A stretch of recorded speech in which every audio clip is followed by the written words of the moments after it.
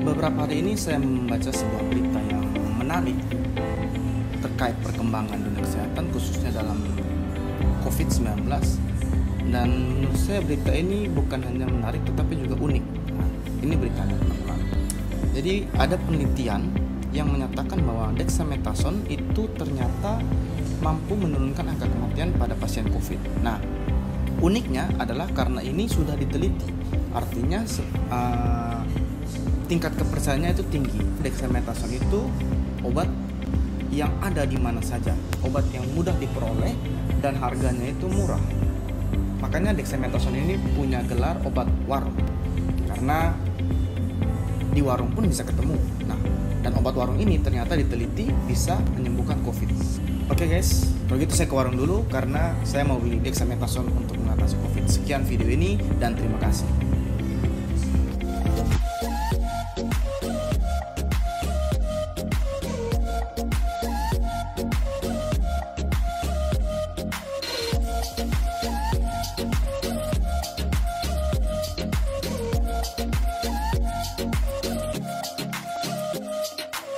Ya, bercanda guys, jadi jangan marah-marah gitu aja kok marah, parah banget gitu ya. Jadi teman-teman lihat saya sekarang lagi di Sumba. Kalau upload videonya agak sedikit terlambat, ya mohon maaf karena saya lagi di Sumba untuk mengikuti kakak saya. Saya kasih kongres juga buat kakak saya dan pasangannya Dr. Res yang sudah menikah. Waktu di video ini diupload pasti mereka sudah selesai nikah, jadi saya kasih saja kongresnya ya. Sekalian teman-teman kasih selamat juga. Jangan lupa habis selamat subscribe channelnya untuk lagi ya. Terima kasih.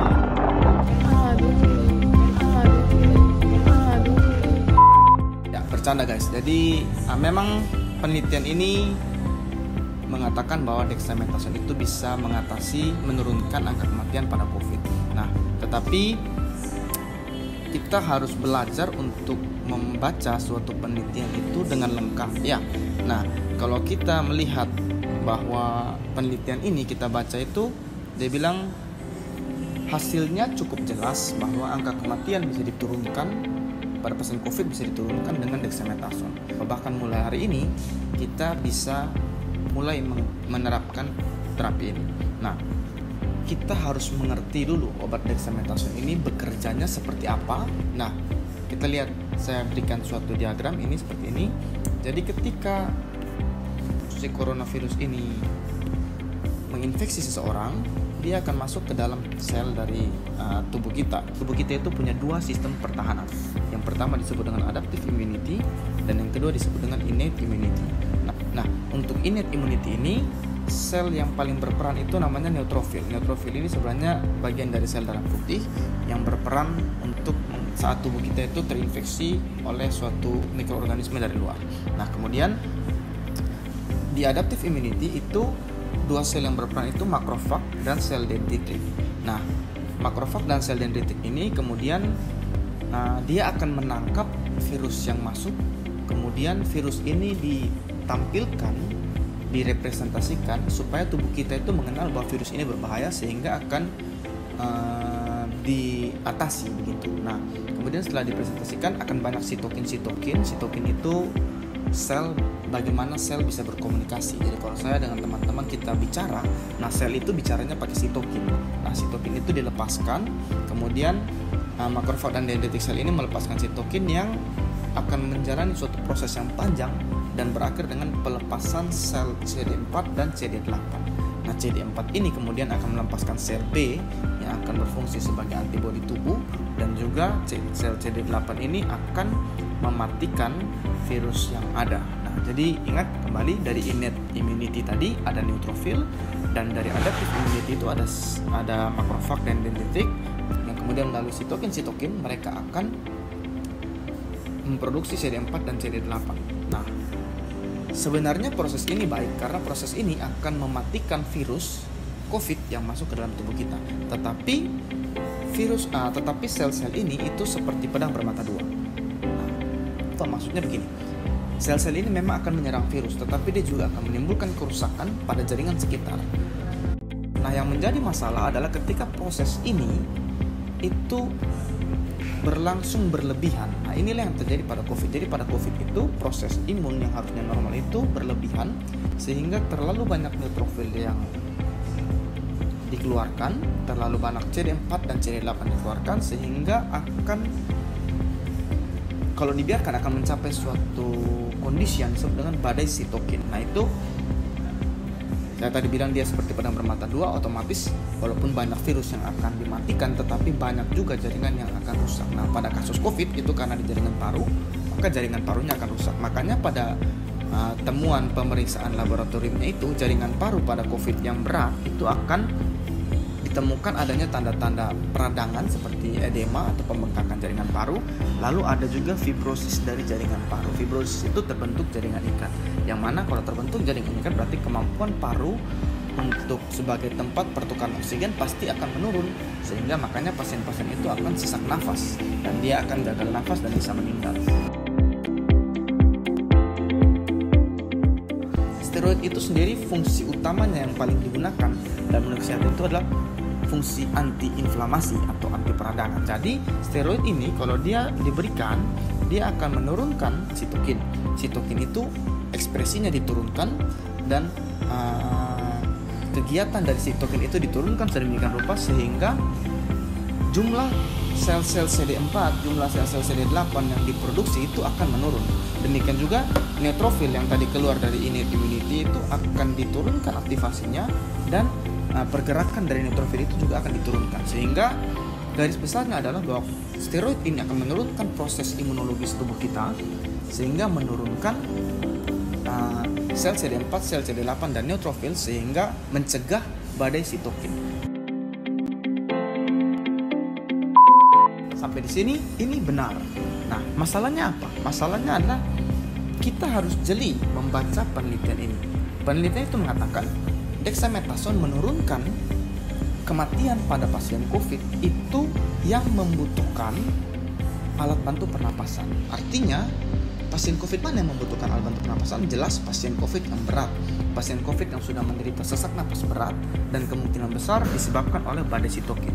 Jadi, pemberian dexamethasone ini hanya menurunkan angka kematian atau hanya efektif pada pasien COVID dengan badai sitokin. Makanya kalau kita baca penelitiannya lebih sungguh, itu memang menurunkan 41% angka kematian pada pasien yang menggunakan ventilator atau alat bantu nafas.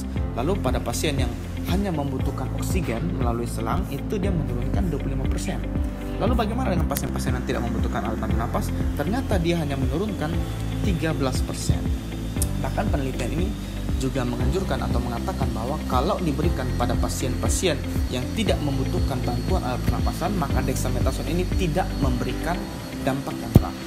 Jadi dexamethasone itu bergunanya untuk COVID yang ada badai sitokin, yang ada gejala sesak napas berat yang membutuhkan alat bantu pernapasan. Nah, sekarang fenomena ini fenomena yang kita lihat sekarang, banyak orang akhirnya mau mencari dexamethasone untuk diminum untuk mengatasi COVID, padahal mereka tidak membutuhkan alat bantu pernapasan. Tapi karena dexamethasone ini di mana-mana, ada di warung yang harganya murah, ya mereka beli saja, mereka borong. Kalau kena COVID mereka minum, padahal belum tentu mereka membutuhkannya. Nah, ya jadi sekarang saya lagi jalan-jalan di atas bukit untuk mencari dexamethasone, karena dexamethasone itu ada di warung-warung. Sekarang saya cari dexamethasone di atas gunung, siapa tahu ada di atas gunung sini yang jual dexamethasone untuk anti COVID. Nah, sampai di sini ya dexamethasone ini kalau diminum orang yang kena COVID, kita kan lihat bahwa banyak orang itu kena COVID tidak menimbulkan gejala, dia masih jalan-jalan. Kalau dia minum dexamethasone, ya tidak ada gunanya. Ini seperti kita memberikan antibiotik pada pasien yang diare. Nah, apakah pasien diare semua membutuhkan antibiotik? Tidak. Pasien yang membutuhkan antibiotik pada kasus diare adalah pasien yang menderita diare akibat infeksi. Tapi tidak semua diare infeksi. Dan kalau pasien yang diare karena bukan infeksi diberikan antibiotik, ya tidak ada gunanya.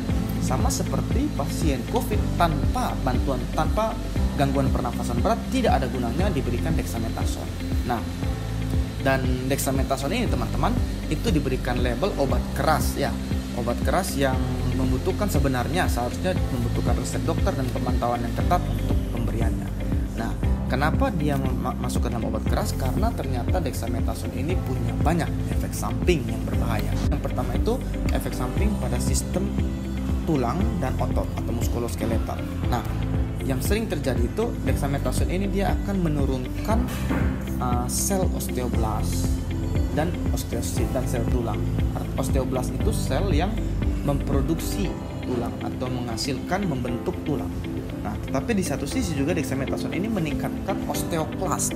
Nah, osteoklast ini sel yang menghancurkan tulang. Jadi, dia meningkatkan sel yang menghancurkan tulang, tapi menurunkan sel yang membentuk tulang, sehingga tulang itu akan mudah keropos atau mudah rapuh, mudah mengalami kerusakan. Makanya biasanya pada pemberian dexamethasone itu ada obat-obat tambahan, suplemen tambahan untuk mencegah keadaan ini. Nah, lalu selain dari muskuloskeletal, ada efek samping pada sistem metabolik, yaitu dexamethasone ini meningkatkan kadar gula darah pada pasien, yang mana bisa, walaupun tidak banyak, tapi bisa menginduksi suatu keadaan diabetes. Nah, pada pasien yang diabetes tentu saja akan memperparah keadaan ini.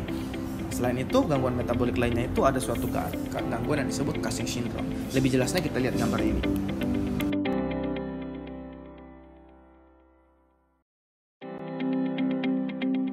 Nah, jadi jangan sampai kita minum Dexa karena merasa untuk mengatasi COVID, tetapi justru kita mengalami Cushing syndrome seperti ini. Dan nanti 5 tahun ke depan justru negara kita akan dipenuhi oleh banyak orang-orang penderita Cushing syndrome seperti ini. Nah, efek samping lain yang berbahaya itu suatu keadaan yang disebut dengan superinfeksi. Tadi saya jelaskan bahwa dexamethasone ini bekerja dengan menurunkan respons imun yang berlebihan. Nah, kalau dia menurunkan respons imun yang berlebihan, tentu saja baik karena peradangannya diturunkan, kerusakan jaringannya diturunkan. Tetapi kalau ternyata dia respon imunnya diturunkan terlalu jauh, justru mikroorganisme yang masuk, bakteri lain yang masuk, virus lain yang masuk, yang seharusnya bisa diatasi sistem imun kita, justru tidak bisa diatasi, sehingga kita akan mengalami suatu keadaan superinfeksi, infeksi yang berat, yang lebih berat dari seharusnya. Nah, lalu ada lagi gangguan lainnya, itu gangguan pada sistem jantung dan pembuluh darah. Yang paling sering ditemukan itu yaitu hipertensi karena penggunaan dexamethasone berlebihan, dan juga aritmia. Aritmia itu gangguan irama jantung. Saya memberitahu ini bukan untuk menakut-nakuti teman-teman, tapi memang itu fakta. Dan saya memberitahunya karena saya mengasihi teman-teman. Kalau saya justru menyembunyikannya, nah itu justru artinya saya tidak mengasihi teman-teman ya. Jadi bukannya menakut-nakuti, tetapi memang dexamethasone ini obat keras dan seharusnya tidak diperjualbelikan di warung-warung. Tapi karena sekarang sudah terlanjur ada di mana-mana, ya kita harus pandai-pandai dalam membeli menggunakan obat ini. Dan informasi ini ya sebaiknya kita teruskan, karena ini akan bermanfaat mencegah orang-orang menggunakan dexamethasone berlebihan yang akan menyebabkan timbulnya berbagai efek samping tersebut. Jadi ya tunggu apa lagi, sebarkan dong informasi ini, karena kalian bisa mencegah orang mengalami efek samping yang tidak diinginkan ya. Nah, karena dexamethasone ini obat keras, makanya ada aturan dalam penggunaannya. Aturannya itu cukup ketat. Beberapa aturan yang dianjurkan itu seperti ini. Pemberian dexamethasone sebaiknya menggunakan dosis efektif terkecil yang mungkin diberikan. Kemudian sebisa mungkin durasi penggunaannya itu diminimalisir atau menggunakan durasi yang paling kecil. Lalu kemudian yang cukup penting itu bahwa pemberhentian dexamethasone ini harus perlahan-lahan. Jadi tidak bisa kita minum dengan dosis misalnya dosis sekian, dosis 10 misalnya 10 mg atau dosis sekian, kemudian kita langsung berhenti saat itu juga. Nah, ini akan menyebabkan berbagai efek samping yang berbahaya. Jadi pemberhentiannya itu harus dipantau secara ketat dan harus perlahan-lahan diturunkan. Hari pertama turun, kemudian turun sampai akhirnya dia bisa berhenti secara total. Nah, jadi kalau kita lihat pemberian dexamethasone ini harus melalui pengawasan yang ketat. Jadi saran saya teman-teman, jangan beli dexamethasone yang dijual bebas untuk mengatasi COVID. Karena satu, ingat bahwa penelitian ini hanya mengatakan dexamethasone efektif untuk COVID berat yang membutuhkan bantuan alat bantu pernapasan. Lalu yang kedua, ternyata pada pasien COVID ringan yang tidak ada gejala, dexamethasone tidak ada manfaatnya. Lalu yang ketiga, ternyata dexamethasone ini punya sangat banyak efek samping yang berbahaya, efek samping jangka pendek maupun efek samping jangka panjang. Dan yang keempat, dexamethasone butuh pengawasan yang sangat ketat, baik dari awal pemberian, selama pemberian, sampai dengan proses pemberhentiannya. Jadi kesimpulannya, penelitian itu benar. Memang dexamethasone itu suatu obat yang sudah tersedia untuk COVID berat, tetapi hanya dapat diberikan oleh suatu orang yang bekerja atau berprofesi di bidang medis, dokter misalnya, dan hanya diberikan pada pasien COVID-19 berat. Jadi obat ini harus tepat sasaran dan tepat penggunaannya. Jadi itu teman-teman, jangan kita ke warung lagi untuk mencari obat ini. Jangan borong obat ini teman-teman. Obat ini justru jangan sampai kalian habis minum obat ini bukan kena COVID-19 tapi kena penyakit-penyakit lainnya. Jadi sekian dari saya untuk hari ini. Mari kita lebih bijak, lebih teliti dalam membaca suatu penelitian, membaca suatu terobosan ilmiah, dan menggunakan obat-obatan yang ada sebagaimana dianjurkan, bukan sebagaimana yang kita kira. Oke, sampai di sini saja. Jangan lupa sebarkan informasi ini kalau dirasa bermanfaat, dan jangan lupa like, subscribe, dan tetap bersama-sama dengan channel ini untuk kita bersama melawan hoax dan informasi-informasi khususnya di bidang kesehatan yang tidak tepat.